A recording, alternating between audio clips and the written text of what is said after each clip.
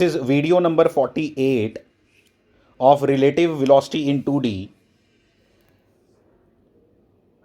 और इसके अंदर हम सेकेंड टाइम डिस्कस करेंगे relative motion of two projectiles. I found it very interesting topic, इसलिए मैं आपको इसको और अच्छे से बताता हूँ। इसमें डिफ़िकल्ट कुछ भी नहीं है।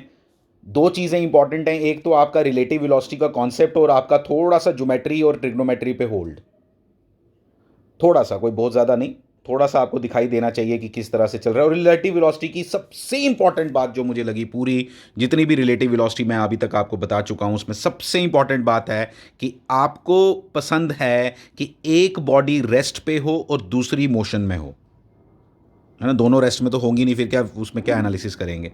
तो एक रेस्ट में चाहिए और एक मोशन में चाहिए, आपको ये पसंद है। लेकिन रिलेटिव वेलोसिटी कई बार ऐसी सिचुएशन नहीं होती जब दोनों व्हीकल्स अगर आपके मूव कर रहे हैं, दोनों बॉडीज आपकी अगर मूव कर रही हैं, तो it is a bit difficult to analyse them.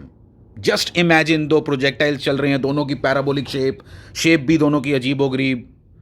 तो फिर उनका हमने रिलेटिव निकाला और रिलेटिव निकाल के पता चला ये तो प्रोजेक्टाइल से भी आसान हो गया, ये तो स्ट्रेट लाइन मोशन हो गई जब उसको रिलेटिव देखा तो।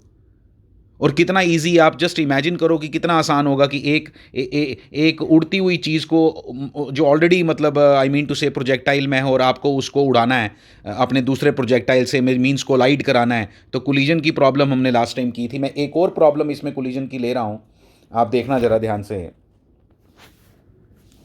इसके अंदर क्या है, इसमें और उसमें क्या डिफरेंट है जो मैंने अभी तक आपको बताया। इस प्रॉब्लम को अगर आप ध्यान से देखो तो इसके अंदर क्या गिवन है, डिफरेंट क्या है कि पहले दोनों बॉडीज़ जो लास्ट न्यूमेरिकल हमने किया था वहाँ पे दोनों बॉडीज़ ग्राउंड से ही प्रोजेक्ट की गई थी। यहाँ पे थोड़ा ऊपर रखा गया है उनको, एक 30 मीटर हाइट से फेंका गया है और एक को 70 मीटर, और उसकी सारी वैल्यूज़ आपको गिवन हैं। अब आपने क्या करना होता है, आपको बोला गया है कि बताओ क्या हो यू की वैल्यू कि ये एक दूसरे के साथ कोलाइड करें, ठीक है। तो एक दूसरे के साथ कोलाइड करें तो दोनों की जो दोनों बॉडीज़ मोशन में हैं, जो बिल्कुल भी एनालिसिस के पॉइंट ऑफ व्यू से हमारे लिए फेवरेबल नहीं है। It is difficult to analyse when both bodies are in motion, so relative velocity comes into the rescue for us, ठीक है। उसमें वो कॉन्सेप्ट हमारी हेल्प करेगा इसको अंडरस्टैंड करने में। और उसमें किस तरह से अंडरस्टैंडिंग डेवलप करेंगे आप इस तरह समझो इसको। हम सबसे पहले इन दोनों वेलोसिटीज़ को, पहले जो गिवन वेलोसिटीज़ हैं 10 और ये, इनको मैं पहले वेक्टर फॉर्म में लिखूंगा, आई जे की फॉर्म में, फिर उनको सब्ट्रैक्ट करूंगा, उनकी रिलेटिव निकालूंगा। एक्सेलरेशन मुझे मालूम है बड़ी अच्छे से, दोनों की एक्सेलरेशन बिल्कुल सेम है, और दोनों की एक्सेलरेशन सेम होने के कारण जब हम उनको सब्ट्रैक्ट करेंगे, क्योंकि दोनों की डायरेक्शन भी एक्सेलरेशन की आपको मालूम है सेम रहती है, इसलिए एक्सेलरेशन जब ज़ीरो हो गई, मैं बार बार ये बातें बोल रहा हूँ आपको, acceleration, relative acceleration of two projectiles is always zero. और ज़ीरो होने के कारण that is why that motion of one projectile with respect to the other projectile is always a straight line, is always a straight line. यहाँ पे भी straight line motion है। अब मैं आपको रिलेटिव वेलोसिटी का फिर से कॉन्सेप्ट के तौर पे इसको यूज़ करूँगा और आपको दिखाता हूँ किस तरह से हम करेंगे। ये देखो, मैंने यहाँ पे सब रिलेटिव वेलोसिटीज़ लिख दी, सब वेलोसिटीज़ लिख दी, ये आपको सब समझ आनी चाहिए। This is very very simple to analyse, इसमें कुछ भी ऐसा नहीं है जो आपको डिफ़िकल्ट लगना चाहिए। This is very very simple, ठीक है। तो अब आपने मुझे बताना है एक चीज़ कि ये आपका क्लियर हो गया। हमने इस बार U12 निकाला है, आप 21 भी निकाल सकते हो। जब आप 12 निकालते हो तो आपने किसको रेस्ट में माना, 2 को अब रेस्ट में माना है, और जो 1 है उसकी वेलोसिटी में चेंजेस हैं।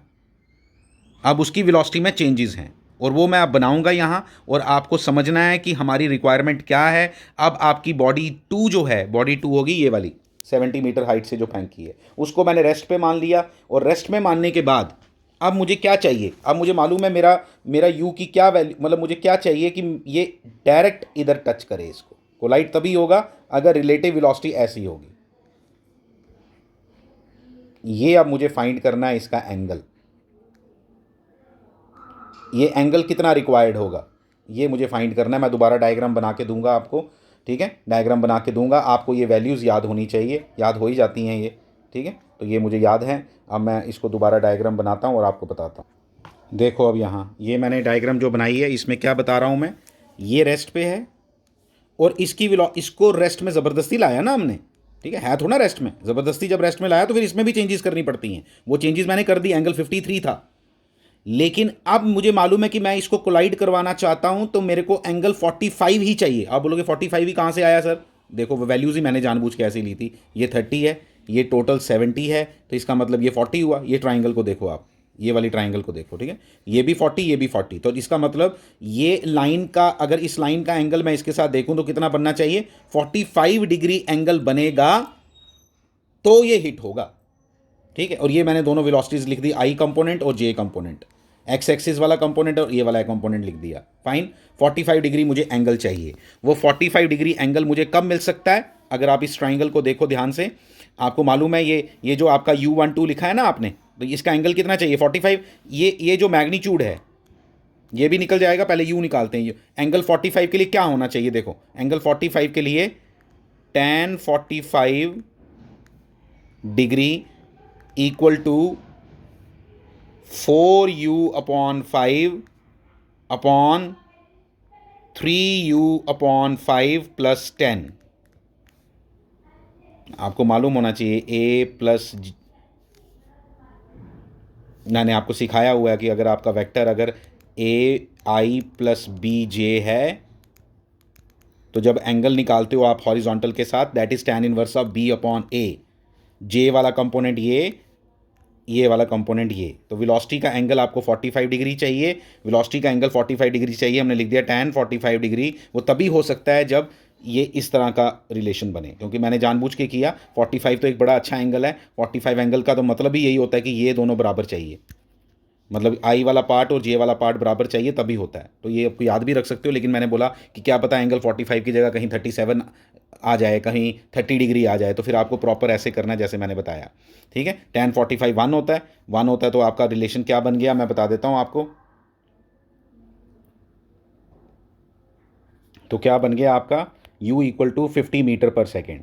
तो u इक्वल टू 50 मीटर पर सेकेंड आ गया आपका। u की वैल्यू आपने निकाल ली। u की वैल्यू निकालते ही आपको मिल गया ये 40, ये 40 हो गया और ये भी 40 हो गया, ठीक है। मतलब जो वेलोसिटी आपने निकाली, जो आपकी रिक्वायर्ड वेलोसिटी थी, वो किसके बराबर आई? 40i प्लस 40j, ठीक है, वो आ गया। इसका मतलब ये मैग्नीट्यूड जो इधर जा रहा है, ये कितना होना चाहिए मैग्नीट्यूड उसका होना चाहिए 40√2। आपको आता है निकालना 40√2, तो 40√2 मैग्नीट्यूड हो गया। अगर आपको पूछे कितना टाइम लगेगा इसको यहाँ से लेके यहाँ तक इसको कोलाइड करने में आपस में, तो कोलाइड करने के लिए आपको ये डिस्टेंस चाहिए। ये डिस्टेंस निकालना कौन सी बड़ी बात है? आपका ये भी 40, ये भी 40, तो ये डिस्टेंस 40/√2 ही है। वैल्यू भी, वेलोसिटी की वैल्यू भी 40/√2 आई है, ठीक है। तो अल्टीमेटली 1 सेकेंड लगेगा उसको वहाँ तक उसको हिट करने में। 1 सेकेंड पता चल गया होगा आपको कैसे निकाला मैंने, क्योंकि आपकी वेलोसिटी की वैल्यू भी वही है और आपके इस लाइन की वैल्यू भी वही है। तो 1 सेकेंड लगेगा इसको इस पॉइंट तक हिट करने में, ठीक है। तो 1 सेकेंड इज़ द आंसर।